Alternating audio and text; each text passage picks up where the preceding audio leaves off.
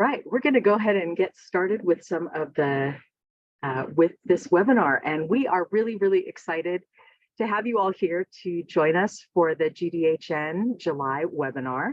I'm Carrie Oswald. I'm one of the GDHN webinar coordinators, along with my colleague Sherry Sims, who is here on the call with me.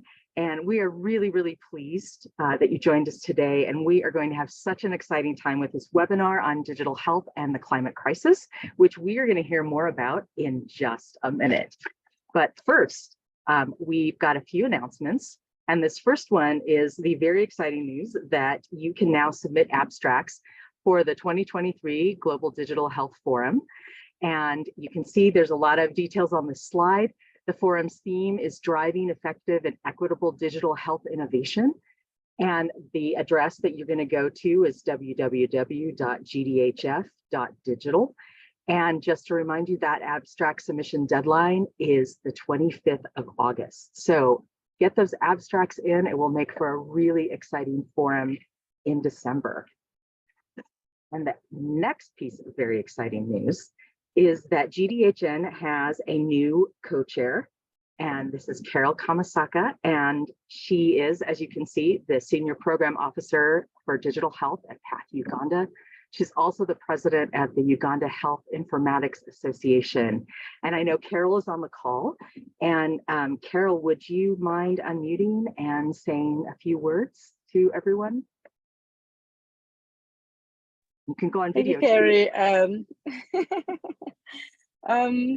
Thank you so much. Good morning and good afternoon, everyone, wherever you are. I'm really excited to be part of this meeting, but also really excited to be the new co-chair of the GDHN. I'm looking forward to great things. I'm looking forward to a great leadership and also serving you very well. You're very welcome to this webinar, and I also encourage you to submit your abstracts for the upcoming conference in December in Washington, DC. We'll be looking forward to seeing all of you and working with you on very many other projects. Thank you, and over to you. Thank you so much, Carol. We are so excited to have you as the co-chair, and thank you so much. So now that we've done that, we're going to get to the main event. And this month's GDHN webinar is entitled, Are We Part of the Problem or Part of the Solution? Digital Health and the Climate Crisis. And I know I am very eager to learn the answer to this question, and I'm sure all of you are as well. So I'm going to go ahead and turn things over to Peter Benjamin from HealthEnabled. He is going to be leading the rest of the webinar. So Peter, it is over to you. Wonderful. Thank you so much, Carrie and Sherry. A lot of work I know goes into these webinars, and congratulations, Carol. It's wonderful that you have joined us. I've heard many good things about you. So great, thank you very much. So far, for the main presentation, I'm afraid you're going to be seeing me. There were a few of us who were planned to do it with Gabby Samuels and Matt Hulse, the co-chairs of this group, but for various reasons that are more my fault than theirs, they aren't able to come. So I'm afraid it's going to be rather pale and male, the main presentation here, which actually means that genuinely I want a lot more input. There are going to be about 4 or 5 sessions, and if people would like to speak, please put it in the, put your hand up, and 3 or 4 times during the discussion, other people will be asked to speak, and then there'll be a normal time for questions and answers at the end.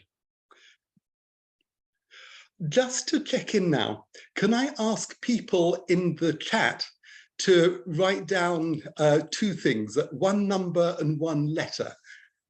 In the chat, could you give a number between 0 and 10 on how concerned are you about climate change? If you didn't really know about it, that's a 0. If you're absolutely existentially petrified, that's a 10. So if you'd like to please write just in the chat one number, and then a second thing, and this is a letter, like a school grade. Do you think that the digital health sector is responsibly responding to the climate crisis? If the projects you know about or the one you're working in is superstar, is wonderful at this, give yourself an A. If everything you know doesn't really care about it and hasn't really done much at all, then please write an F. So great, I'm getting lots of answers. C is the highest letter that I've seen. Some people are seriously worried, 8s and 9s, but yeah, great.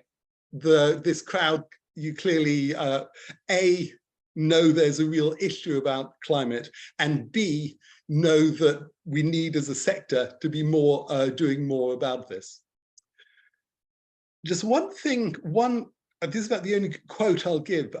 The IPCC is the International Panel on Climate Change. It's a big UN thing. I think about 6,000 scientists. It is the definitive, this is what's going on. In their report from March of this year, which, as I'm sure you know, is genuinely terrifying. I'm somewhere between 9, 10 and when I'm in trouble, 11 about this stuff. This decade matters. What we do in the next 7 years matters. To give their quote, the choices and actions implemented in this decade will have impacts now and for thousands of years. If we're going to do something about climate change, it's now. It's in the next few years, your next career, the next presidential term in most governments around the world. This is basically when we need to get serious. Okay, the other thing I'd like to say is that while this meeting is going on, can I please encourage you to click on an online document. I've just put the URL, the web link in the chat, and there are different things there. They're in 4 sections, as you'll see at the top of this document, and you'll work it out very quickly. If you want to put your names and details, there's a good place to do it. If you want to say a little bit more, why did you come to the session? Is it just interest? Is it you're worried about something? Is there something good your project wants to tell the world? Is it something you think we should be doing better? Then the third question is, do you have any good or bad examples to share of the digital health sector responding to these sorts of issues? And then fourth, what do you think should be done about all these issues? And you see where I'm going here. Please volunteer. If you have a great idea, see if you'd like to be the person making this happen. Okay, with that, let's dive into it. I really don't think I need to spend much time on this. A decade ago, this is the bit of the talk that would spend lots of time on. How things are getting worse, the hockey stick curves, as they're sometimes called, the lines, the graphs, whether it's of temperature or reduction in polar ice or so many things.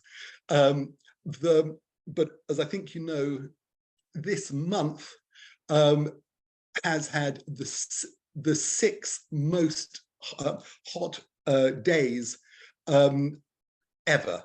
Well, ever within human history. So the top 6 hottest days on global average that we've ever recorded have been in the last couple of weeks. It's whereas it was debatable whether this was happening a decade ago, so now it's just clear.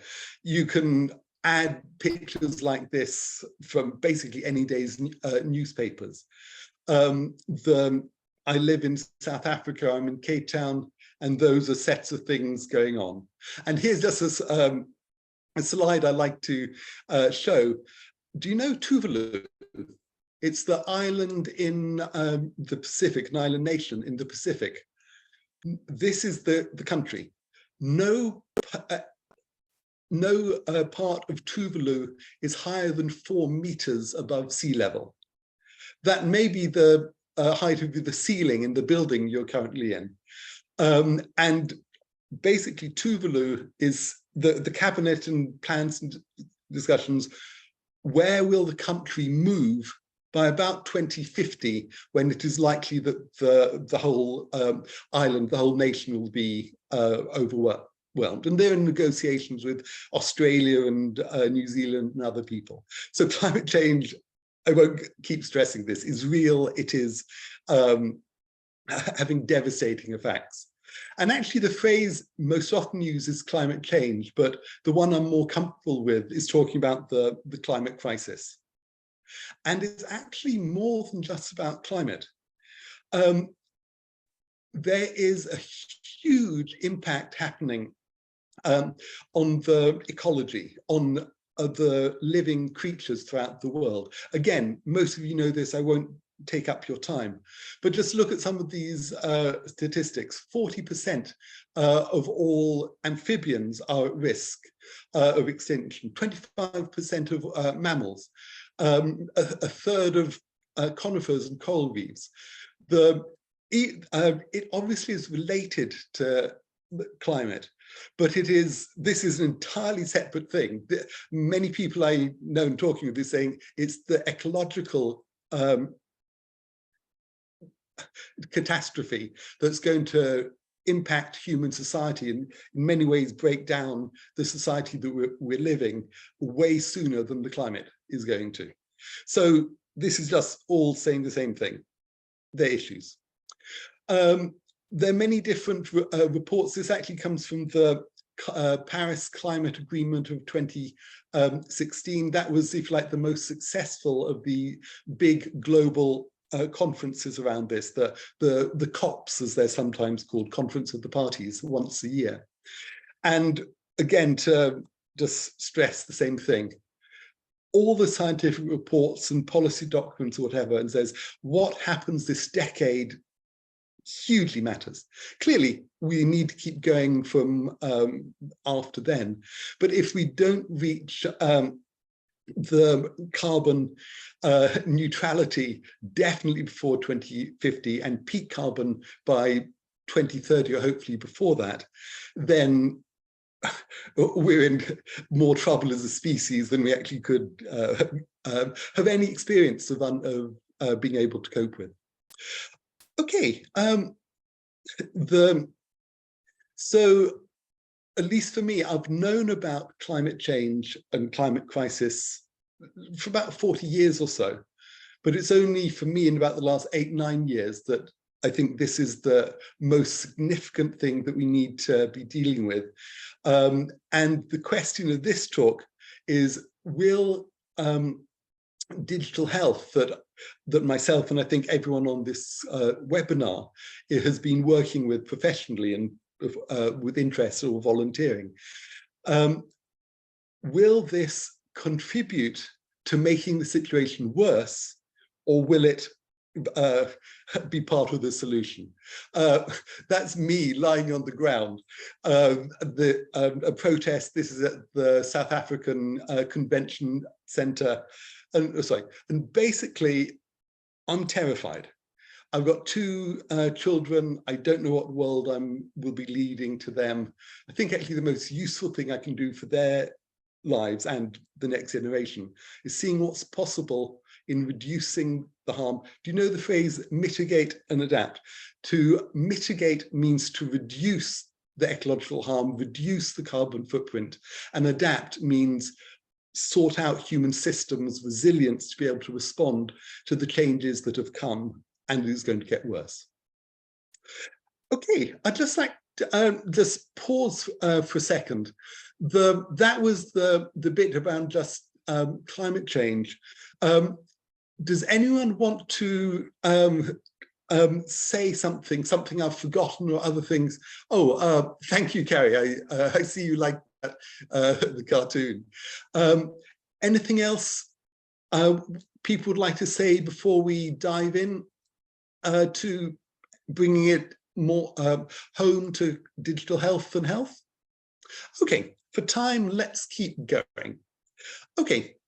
The issues between digital development and the climate crisis and health. First, the World Health Organization has said that the single greatest threat to health this century isn't COVID, isn't non-communicable diseases, isn't those things, it's climate change. This is a report from the World Health Organization that basically said that all health systems need to deal with both the shocks there will be to the health system itself, like how do you keep public health system going in Pakistan last August when there was a third of the country underwater, and also the change in health will be quite extreme as climate change. This is a quite useful diagram I saw of how changes in the climate directly impacts different sorts of health conditions and diseases. From one I found really interesting, the changes of temperature in many countries means that vectors like Anopheles mosquito can go into many areas it wasn't previously, which has been for centuries. There are now reports of malaria in Italy. So it is having a huge shift, an impact on health. A lot of this work came from setting up this task team, came from about 4 years ago at one of the digital health forums in Washington, where I and a friend were talking, saying, we've got 500 people here passionately interested in health in the developing world, how best to use tech. No one's talking about the most important issue for health. And actually, the work we're doing could harm health because it just exacerbates the climate crisis. Something else, just to throw out if you haven't heard of it, donut economics is a very interesting idea of an economist called Kate Raworth. And the basic idea here is that we shouldn't just be chasing growth and GDP and things like that. What our society, certainly what the economy should be doing, is living in this green circle. It's done a circle like this, so it's referred to as the donut. The green is basically where we all want to be, the safe and just space for humanity, where everyone has what they need. If you use too small resources, like on the inside, then you might not be able to provide for everyone what they need: water, income, education, jobs, energy, health, gender equality, food. So our job is to provide this for everyone on the planet. But what makes it harder is that we're starting to hit the barriers to what the world can provide. So we can't go outside the outer ring, where this is where we're basically taking more than is sustainable from the planet and the minerals and ecology and atmosphere, cryosphere, the frozen zones of the ocean. So ozone depletion, land use change, fresh water, and so on. So basically, our job as a species is to work out how to stay here. And that's not about getting a few dozen billionaires and everyone else wondering what happened. This is a huge shift. We want to try and get there. And digital health could be, if you like, a star case study of this.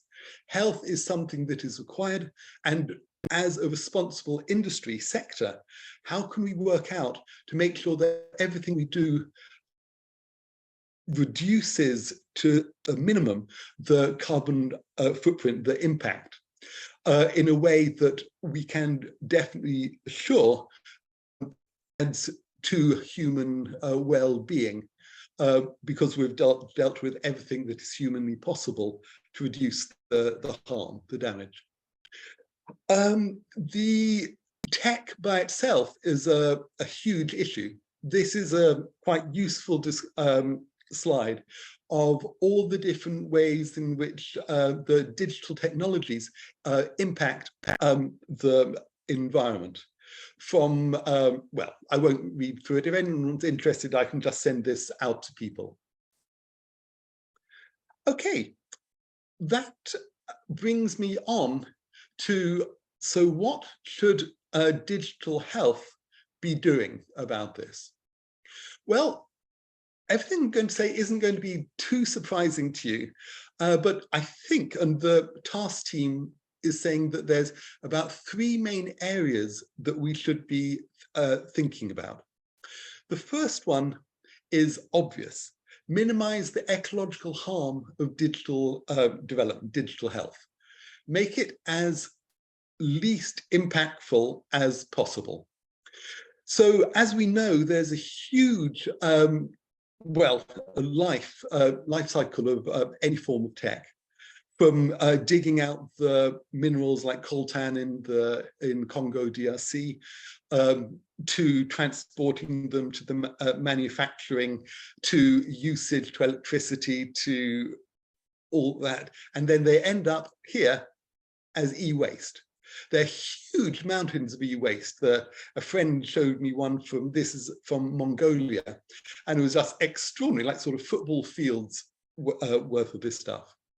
So the things that we need to be dealing with is the various issues to be responsible in sustainable tech. From, there's something called green computing and e-cycling.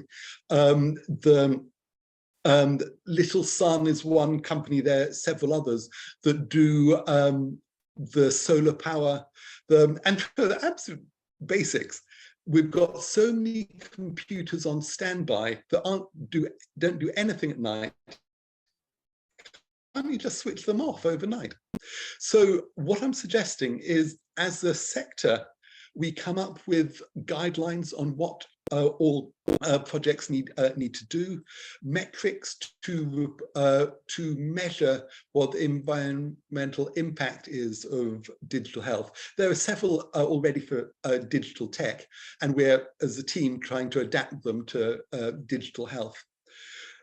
Like if you remember, say a decade ago, digital health, mHealth as it was sometimes called then, the issue was, does it work?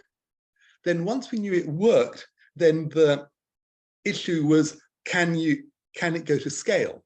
Then once we knew it could go to scale, can you sustain it? Then once we knew you could do that, what does it cost? Then does it cost more to do the digital health than another way of doing the same thing in the health system?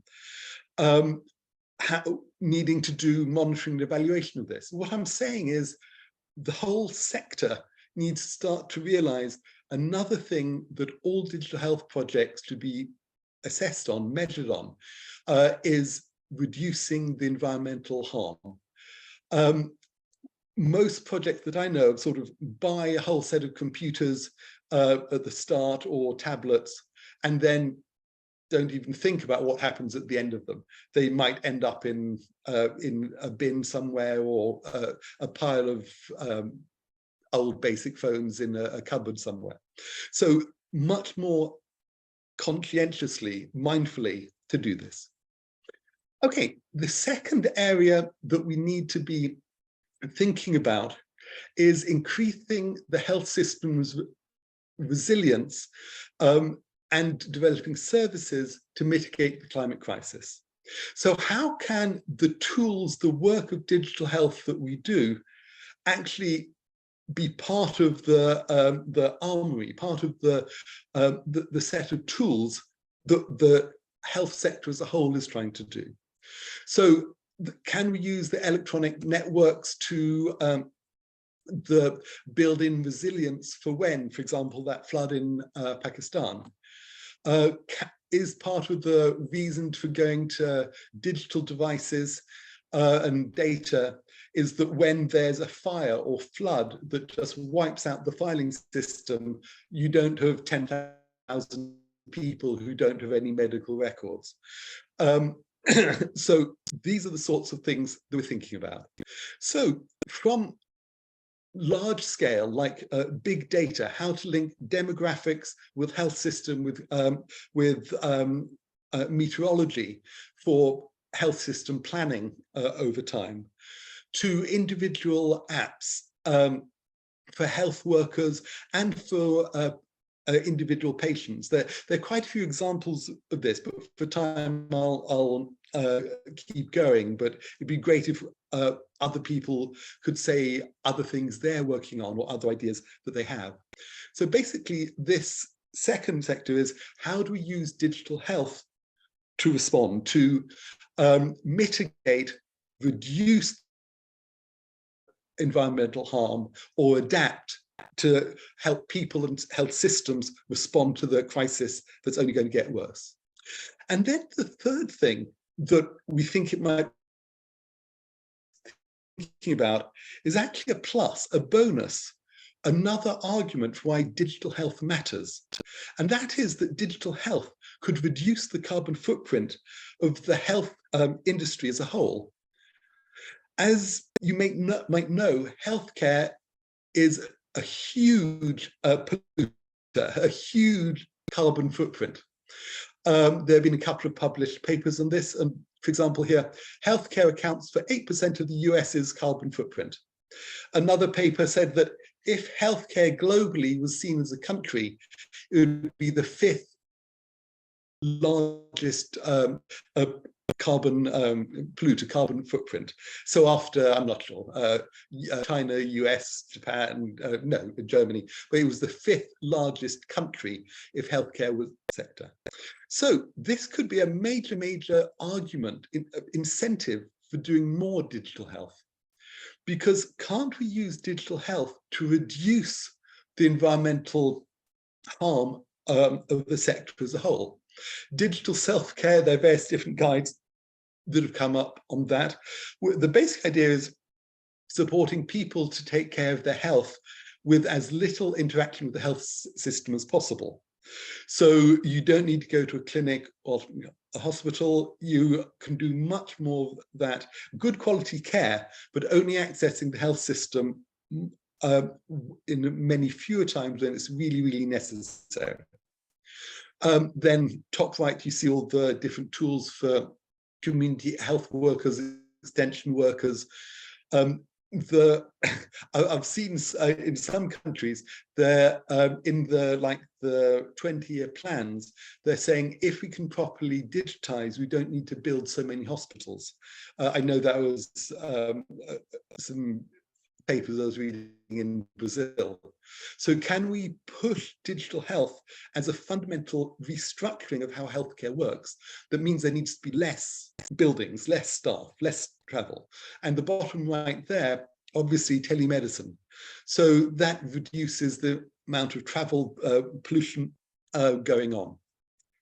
And one specific nice example, some of you might know the Zipline company from Rwanda that delivers transfusions, blood transfusions. Rwanda is a fairly small country, so they've got one blood bank in the Kigali.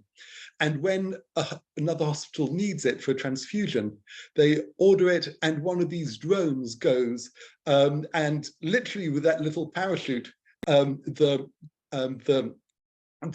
blood transfusion is delivered. And it actually turned out they were so efficient when they were doing this in 2019 that they didn't waste any blood from the blood bank, when usually it was about 10%. And someone who did the search found out it was possible that Rwanda was the only country in the world that didn't waste one unit of blood. Because this Zipline system was working so well. So that's an example of how digital health can provide good quality healthcare, but much reducing the environmental harm, the transport, the need to have refrigerated cold stores for blood in numerous hospitals. Okay, so that's basically the main thing that I'm suggesting here, so that the digital health should minimize the ecological harm of digital health, increase the health system's resilience, and provide services to mitigate the climate crisis, and thirdly, reduce the carbon footprint of the industry itself. And well, because I'm an activist, I'll sneak in a fourth one as well, seeing how we can encourage people to lobby and mobilize to oppose climate crisis. It's getting governments and business to act differently in the next decade. That's the real thing that's going to matter. Okay, at this time, I'd like to basically ask if anyone would like to respond to what we've been saying. Does this make sense? Is there anything I've missed out? Is there something else in your project? Oh, great. I see hands coming out. Could I please ask, is it Sherry or Carrie? Can you let Samantha take the floor? Hi, good morning, everyone. Can you hear me? Yes, we can. Please go ahead. Wonderful. My name is Samantha Nelson. I actually lead some of our health equity and climate work over at Amazon on the web services side. So I'm part of the GHDN network. My background is heavily in global public health. So I was very excited to join the Zoom today. Thank you for just even the introduction, and thank you for even showing the example of Zipline. And I think it's really important, something that we're trying to push out and communicate a lot more to the general public, that there's just so much you can do with technology, and I think it can scale a lot. You can scale public health goals, especially to address climate, very quickly, I think, through technology. And I think there's a big gap between traditional kind of like development and global health work and connecting to the right sources within the tech field. So I'm excited to see what else we see in here today. The other thing I just want to throw out there is that obviously we know when we talk about climate change, you know, a lot of the solutions right now across the globe, developing countries, first world countries, et cetera, is solar power. And something that's not being addressed is the communities that are being impacted the most, where the raw materials are being removed and extracted. How do we address some of the then now very large climate issues that affect those direct communities? Are we growing that by creating renewable energy in different ways, or are we exacerbating that in different ways? So that's just food for thought thrown out there. Wonderful. Thank you very much for that, Samantha, and stunning to have you involved.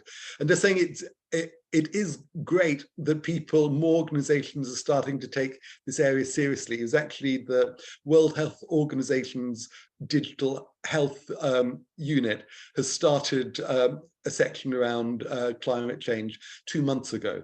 So this is starting to be a tipping point, and delighted to know that you're working. And I hope to be able to keep collaborating with you on this. Yes. Okay. Thank you.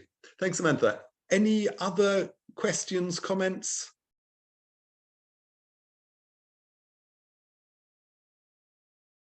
Okay. There will be time later, but I don't actually see any hands now. So if I can press on. Okay. This little bit is, so what are we actually doing? Some of you might know there's something called the Digital Health and Interoperability team that's been going for, I know, about a decade. Many of the people in this webinar, I'm sure, will be part of that. Last December, we set up this small working group on digital health and the climate crisis. There are now 62 of us, 5 continents, and no one in Latin America and no one in Antarctica, but everywhere else. About 30 countries and a range of people, as you see here, from governments and practitioners, donors, NGOs, academics, and so on. We have businessy meetings each month. The next one's actually going to be next, the last Monday of August, if anyone's interested. And it's Matt, Gabby, and me who are the lucky winners as the chair. What I really want to say is we've, as well as talking about some of this stuff, we've started to get some things together. And this is the list of activities that we're doing. I won't read them all, but you sort of get a sense. Luckily, good news that we have been successful with the Global Digital Health Forum, the very close partner colleague to this GDHN, and they've agreed to have a stream on digital health at the conference this December. If anyone actually has got experience on putting together Wikipedia articles, that'd be greatly beneficial. I'm wading my way around and not making as much headway as I probably should. The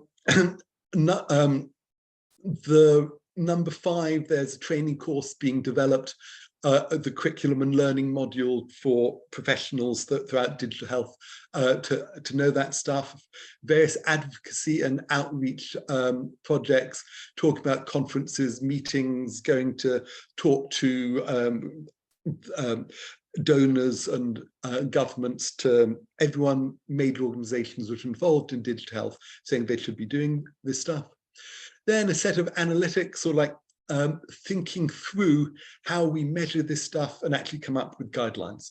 So there are various things there on 13, researching how digital health can reduce the environmental harm of the sector.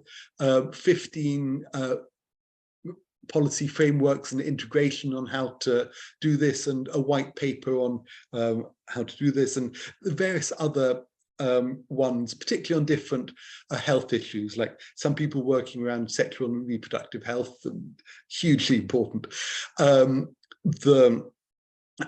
mental health as well, which is going to be impacted massively by climate change. Okay, so if like that's what we've been, that's what I've been doing in my homework. So what we're basically trying to get to is this, that we are going to encourage the sector to first do no environmental harm. Climate, every bit of new tech, digital tech, hurts the planet. Every single, your cell phone, your tablet, your kids' digital tools, whatever. The issue isn't that whether it hurts or not. The issue is, can we justify it in the way that it will benefit human health, human well-being? But an obvious first step is to reduce the harm, as we talked about a moment before. And there are various companies and organizations doing, there's a really interesting hospital in Indonesia that's trying to reduce all carbon emissions as much as possible from their work. And it's our job to get this to happen in the next few years. It has to be happening before 2030, or basically we've missed the chance for this species. And then again, the overall question, please be part of the solution to the climate crisis. So we all are working in health. Digital health is just the tool we're using about health. We have to be thinking about the most important health challenge of this century, of our lifetimes, and that's the climate crisis. All right. Thank you for your kind attention. As promised, we've left sufficient time for discussion, debate. There, I'd still encourage people to go onto that Google document that we had. Oh, great! I'm seeing in the chat various people the talking. Yes, Samantha is saying to join the working group. I'm so glad you asked. If you hadn't asked, I would have pretended someone had. That's, if you like, the exact wish. There are about 60 odd people currently involved. We would be absolutely delighted to gain from the wisdom of the people here and all the projects and things that are there. And if you can please go on to that, the online document that I was showing a moment ago, and that's the place where you can say. So thank you very much for all the people who have, oh great, wonderful, and things there. Great. So that's my tap dance routine. Those are the things wanted to raise to the group. Are there any other questions, comments, suggestions? And please don't be shy. Great if you've got examples and real knowledge to contribute, but the other way around, if there are questions you have to ask, I'd like to point you back to at the start of this session. Most of you said, yes, you are very worried about this, but no, the projects you're involved in aren't doing much about climate crisis at all. Ah, Chris, I see your hand. Can Chris be given the microphone? Right. Thank you. Thanks very much for this, and my apologies for coming late. I just wanted to raise the point. I don't know if it's been raised already. Sorry, what does it say here? Hang on. Okay. Can you hear me at this point?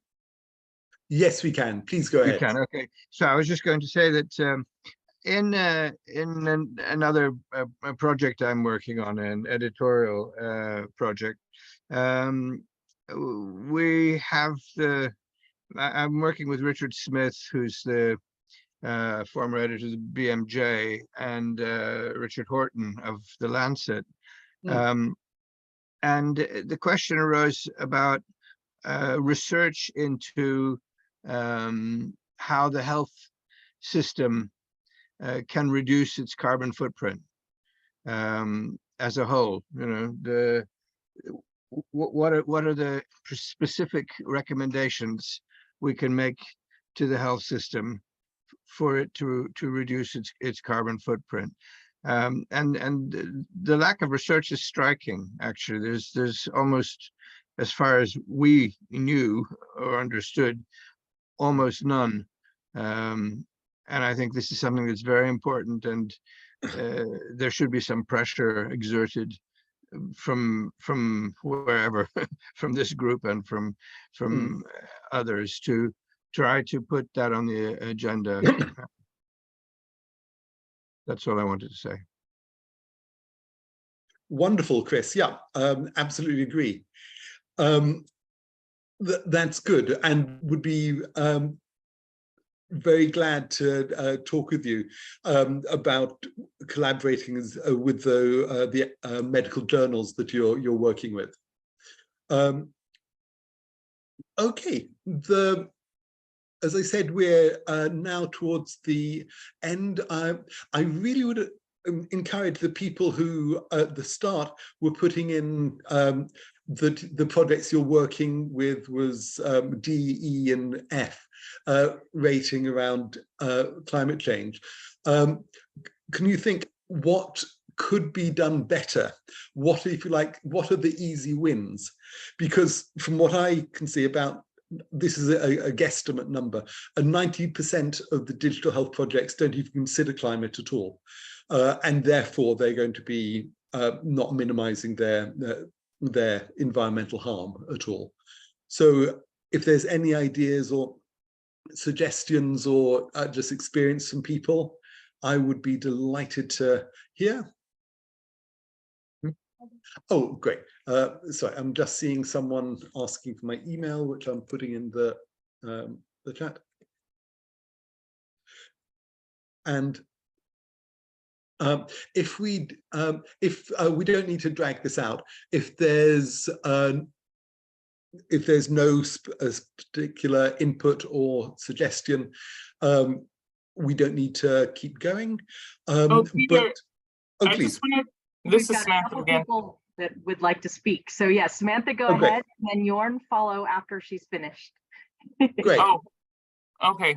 I just wanted to share that I put the link in the Google Sheet, but we actually run a health equity initiative, and so we grant out credits as people build technology on the cloud, and it's very important for AWS, like the focus in terms of reducing the effects on the environment. And actually, we actually have a suite of use cases of awardees that have done this effectively, both in the healthcare systems and then also just in their general projects here in the US, but then also globally as well. So I think maybe the working group might be a good place to showcase some of that, or to show that it's being done. I don't think it's making it to medical journals quite yet, but there are people in that space looking at it from how we're reducing our carbon footprint, even for surgeries, or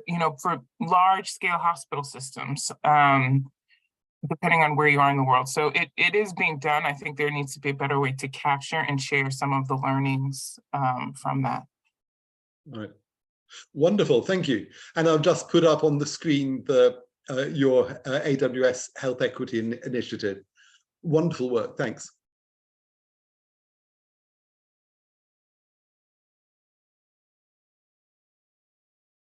Jorn, if you wanted to go ahead and speak, you definitely can.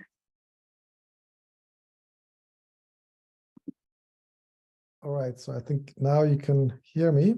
So one thing that comes immediately to mind regarding digital health in relation to the impact on climate and carbon and energy is what I'm observing is most digital health programs tend to be focused on addressing classical sort of health issues in a reactive way. So, but digital tools are ideally suited to shifting towards a proactive approach to health. And this also includes the mental health aspect. So things like peer support, education, and so forth are all things that can be done with digital tools. And this is these are the kinds of things that we're working on. Wonderful, thank you.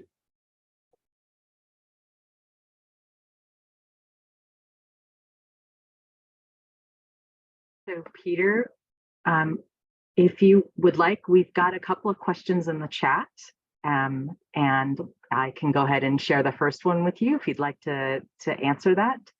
Yes, please. So the first question is from Sam Schmader and is asking, has there been any collaboration or coordination with the Global Climate and Health Alliance?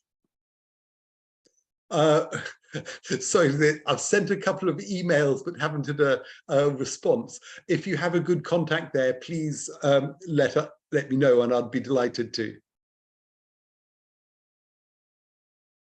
Wonderful. And then the next question comes from Danielle Garfinkel, and she is asking, to what extent have digital orgs considered purchasing carbon offsets as part of their work to get to carbon neutrality? Right. Interesting. I don't know of that. But I know there's a big industry. I know there's also a lot of skepticism around carbon offsets. But yes, it is a reason, an approach to offsetting some of it. But I don't know if anyone else knows. I don't know of any digital health project buying those sorts of offsets. So great, thanks for the idea.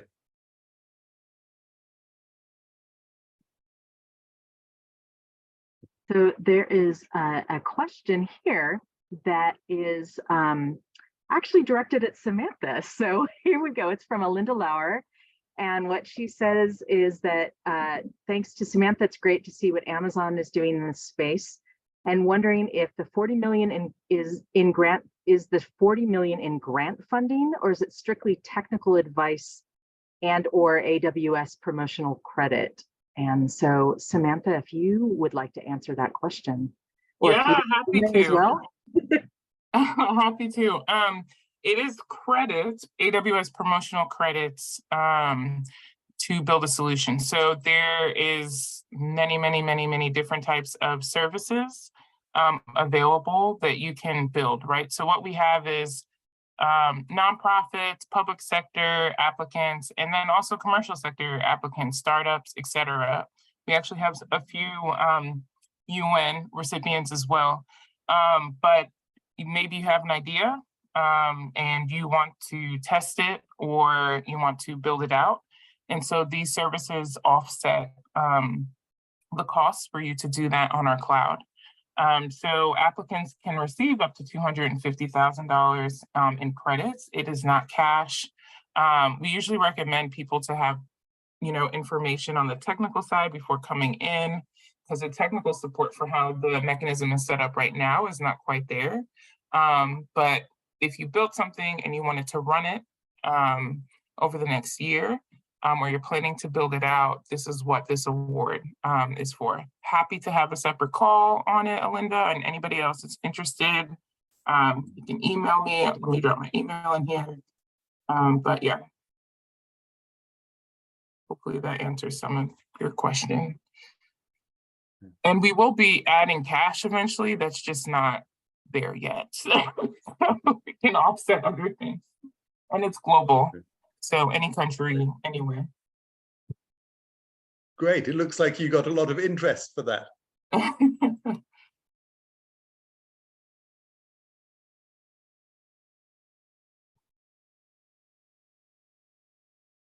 Peter, I am not seeing any other questions, so maybe let's just do one last call out to everyone. If there is any other question that you are dying to ask Peter or anyone else that has spoken, please post it in the chat or raise your hand and we can unmute you so you can ask directly.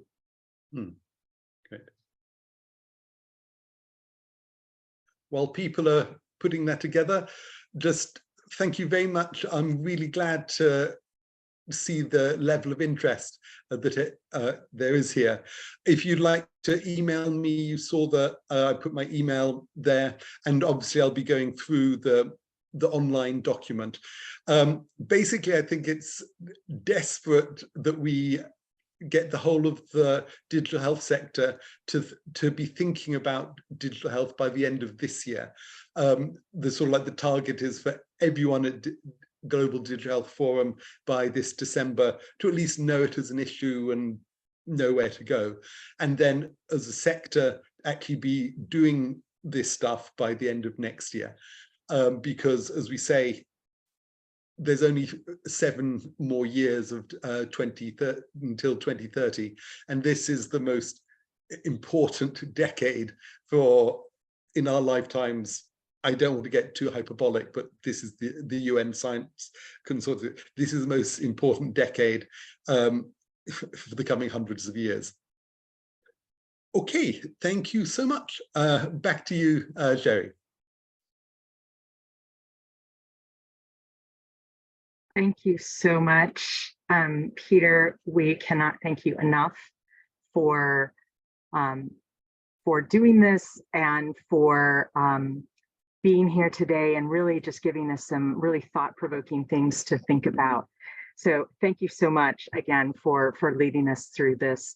And we really want to thank everyone that joined us today. We really appreciate your questions and for participating. It's just really made this such a great time together for this past hour. Before we finish, we wanted to just share 2 short announcements. The first is to get you thinking ahead to our next GDHN webinar, which is going to be on August 24th. It will be hosted by both the Management Sciences for Health and Open RMS representatives from both those organizations, and they will be sharing about the flexible digitalization of regulatory authorities. So more details will be coming soon along with the registration link, so please be on the lookout for that. in the GDHN, the group chat, or on the GDHN site. So that will be coming soon. And then the last thing is that if you are here and you are not part of the Global Digital Health Network yet, we really do encourage you to join. We've got the link here on the screen. I know you can also join from the site, but we just wanted to encourage you to join if you are not already part of this wonderful community. And so again, that is it for today. We really just want to thank you again, Peter, so much for this webinar. And thanks again to all of you. We hope to see you again next month. Thanks, everyone.